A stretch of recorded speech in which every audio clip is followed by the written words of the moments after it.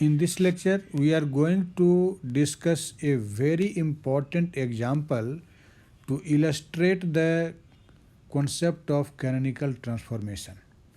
Actually, we have seen the condition for a transformation to be canonical in exact differential form in the previous lectures. And in fact, in this example, we will again see the same thing. So let us see what is our problem.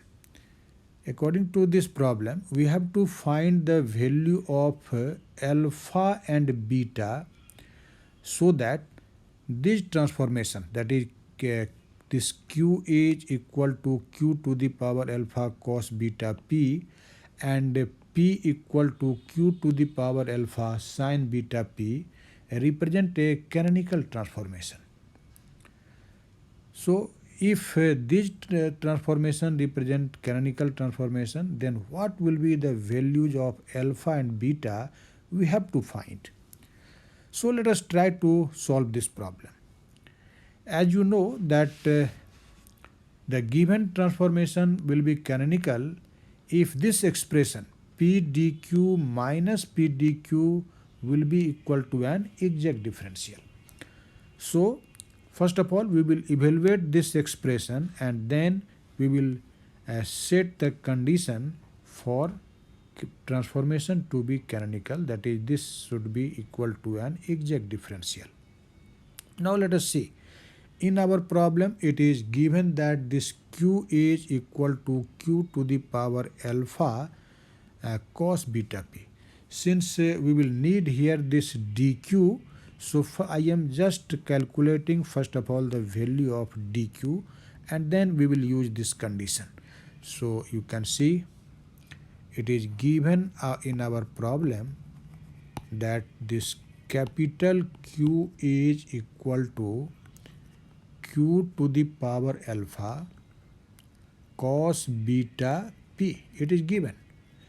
And so you can find what will be the value of this dq.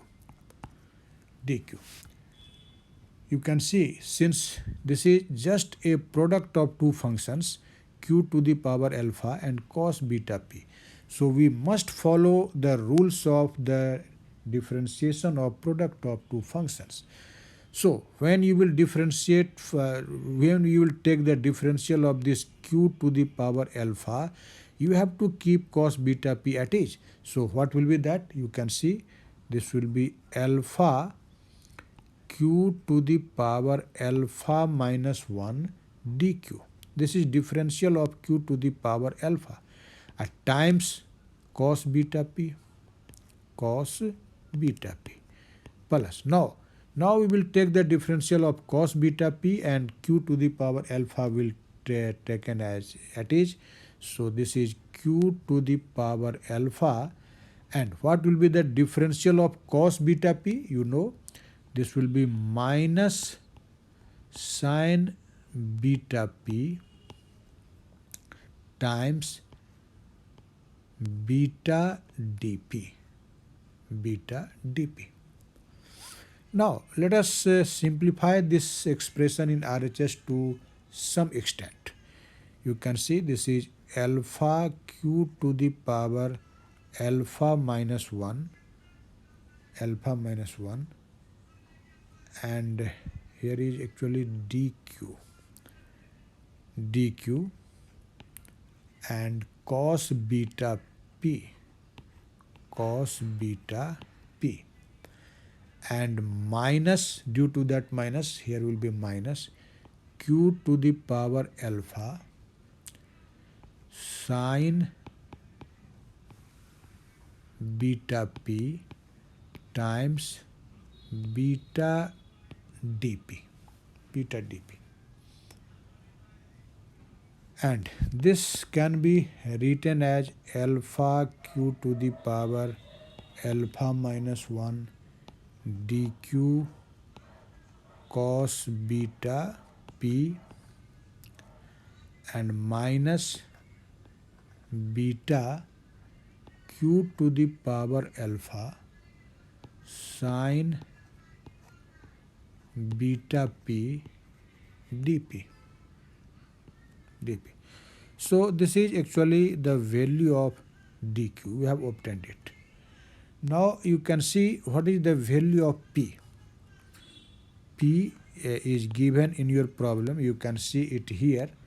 This p is equal to q to the power alpha sine beta p. This is q to the power alpha sine beta p. Now we can evaluate this expression, that is p dq minus capital P dq. So therefore p dq minus capital P dq. What will be this? You can see this is p dq minus capital P. You can see this is q to the power alpha sine beta p and times dq, and we have obtained here the value of dq. You can see. So let us substitute this value of dq here. This is alpha q to the power alpha minus 1 dq times cos beta p and minus beta times q to the power alpha sine beta p dp. This is actually the value of dq which you have obtained here. Now let us simplify this RHS to some extent. You can see this will be simply p dq and minus. Now let us multiply the bracketed terms by this factor q to the power alpha sine beta p. So what will be the first term? You can see it here. This will be alpha q to the power alpha, no, sorry, not alpha, but q to the power alpha times q to the power alpha minus 1. So this will be q to the power 2 alpha minus 1, and there is dq, so write here dq, and sine beta p times cos beta p, sine beta p times cos beta p. And now we will multiply by this outside factor to the second term inside the bracket. So here minus now will become plus.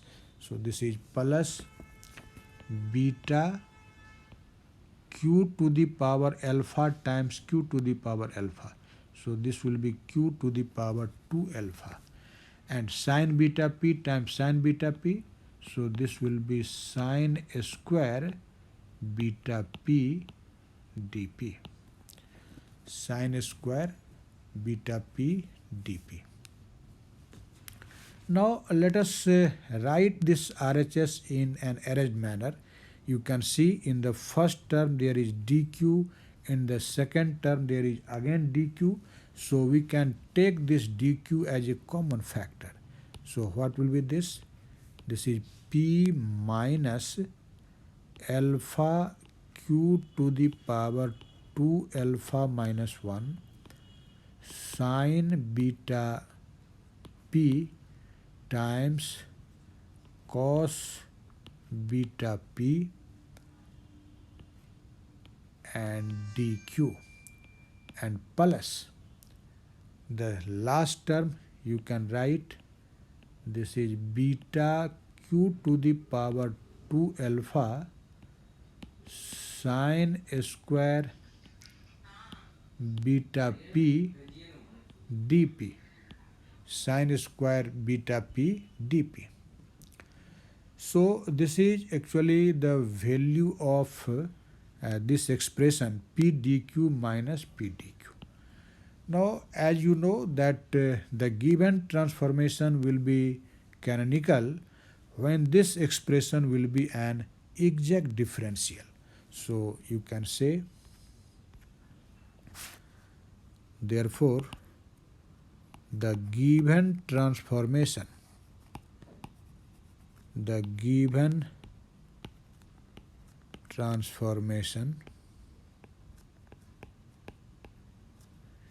will be canonical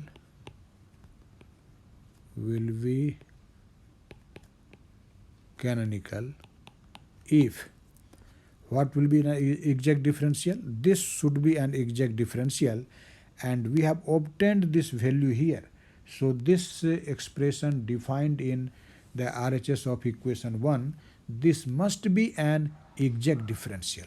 So you can write that P minus alpha q to the power 2 alpha minus 1 times sine beta p into cos beta p dq plus beta q to the power 2 alpha times sine square beta p dp. This should be equal to an exact differential.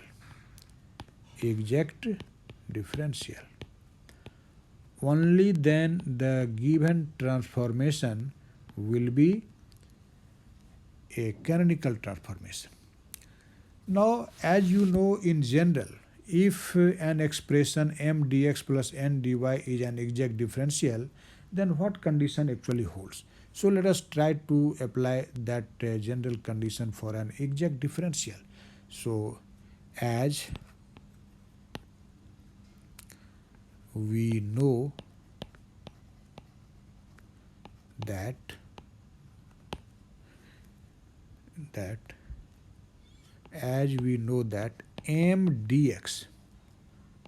m dx plus n dy is an exact differential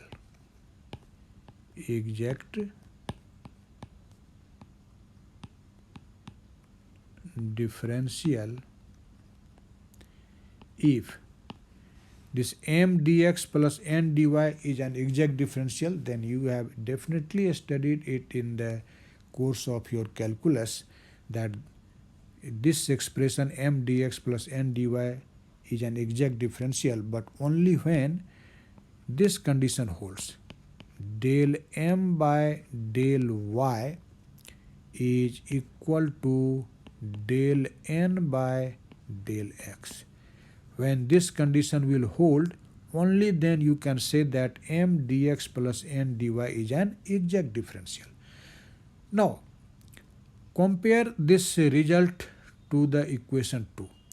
You can see here in this equation 2, when we will compare it with this condition for exact differential, then at the place of m, there is the factor p minus alpha q to the power 2 alpha minus 1 sine beta p times cos beta p. And at the place of n, there is beta times q to the power 2 alpha sine square beta p. So we will apply this condition to the equation 2. So applying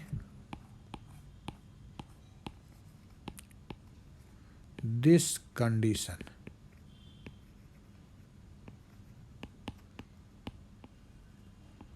to 1, you can see here actually at the place of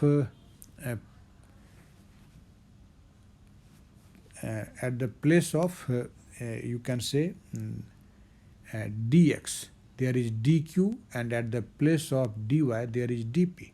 So you can write this condition for equation 2 in this manner, that this is del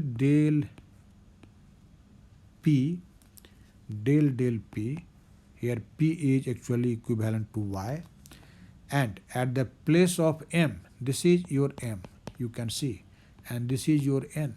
So at the place of m is what?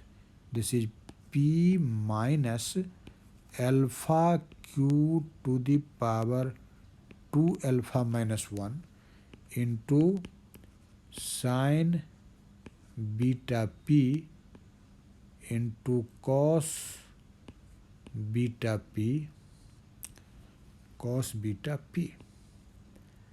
and this should be equal to del n by del x. Here at the place of x there is q, so this should be equal to del q, and at the place of n you can see there is this much, beta times q to the power 2 alpha sine square beta p. Now let us simplify it. In the LHS we have to take the partial derivative of this expression with respect to this small p. So you can see the first term will be 1, and in second term this alpha q to the power 2 alpha minus 1 will be treated as constant, and the product sine beta p times cos beta p will be differentiated. So what will be your result? You can easily see. This is just a simple differentiation, and so this will be 1 minus alpha times q to the power 2 alpha minus 1. This will be just a common factor, or you can say constant here. Now we will differentiate the product of sine beta p and cos beta p. So this is just a product of two functions.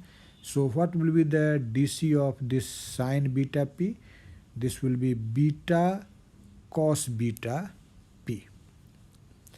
So this will be beta cos beta p times cos beta p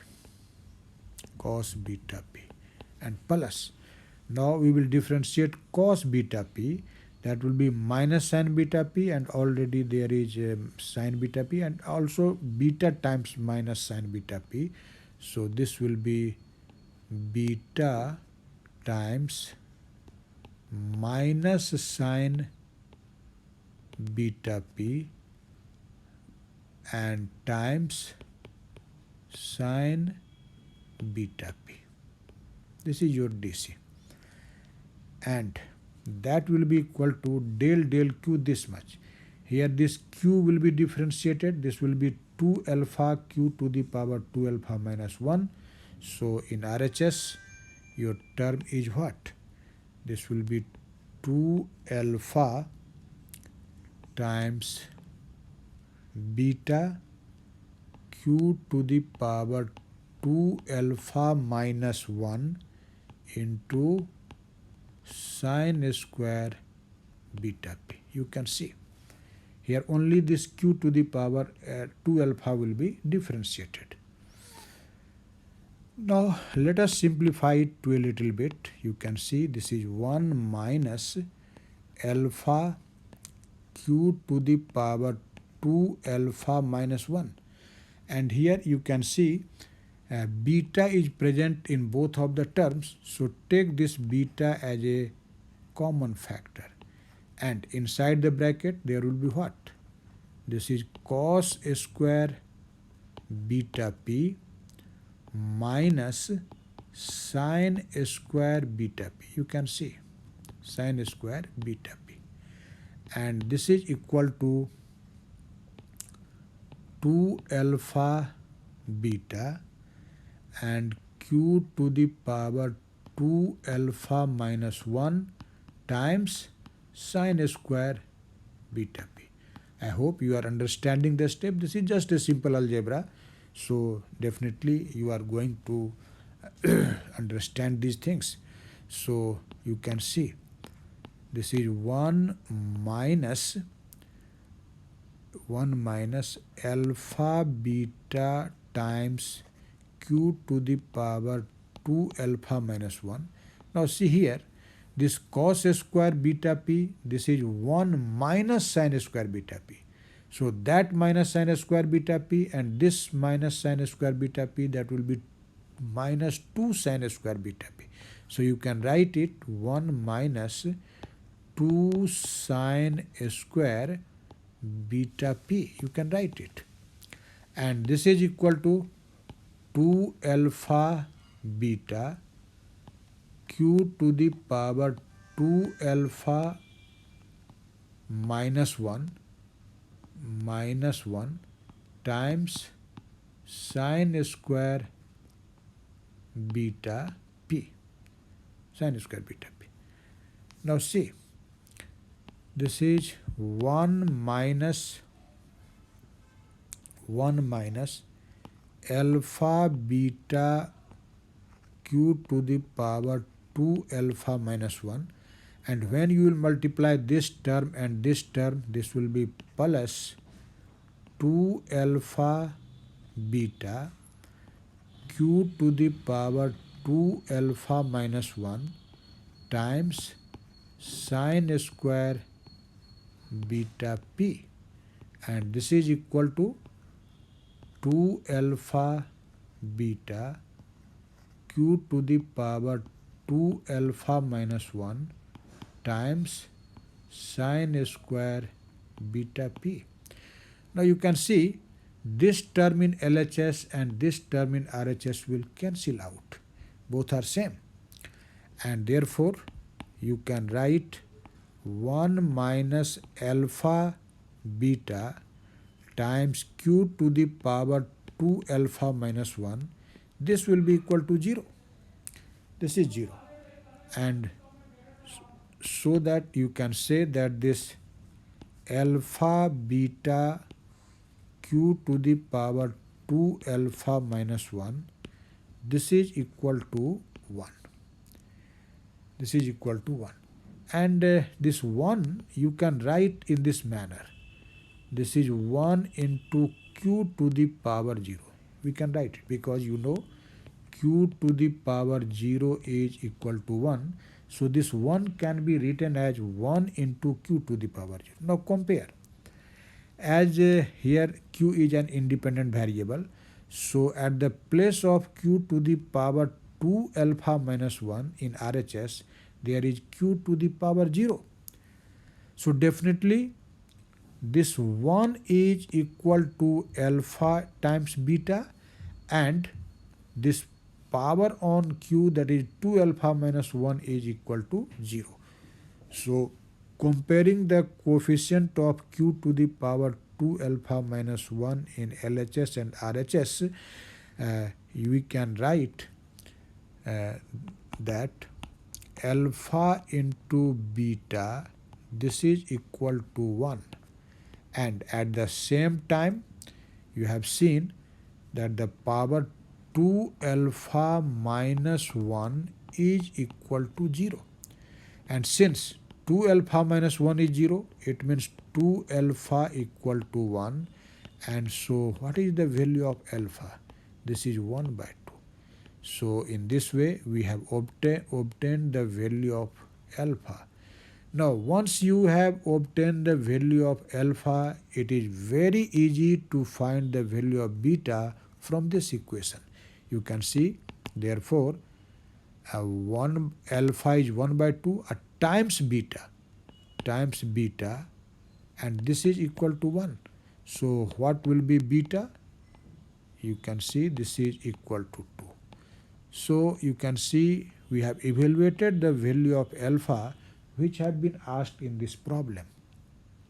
Now once you have the exact value of alpha and beta, you can see what is the transformation equation given in this problem. In this problem, the transformation equations are q equal to q to the power alpha cos beta p, p equal to q to the power alpha sin beta p. So now you can put the value of alpha and beta in these transformation equations. So you can write q equal to, q to the power alpha.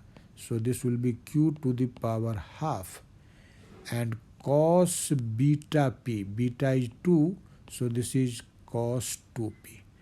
And again p is given as q to the power alpha, alpha is half, and sine beta p, beta is 2, so this is sine 2p.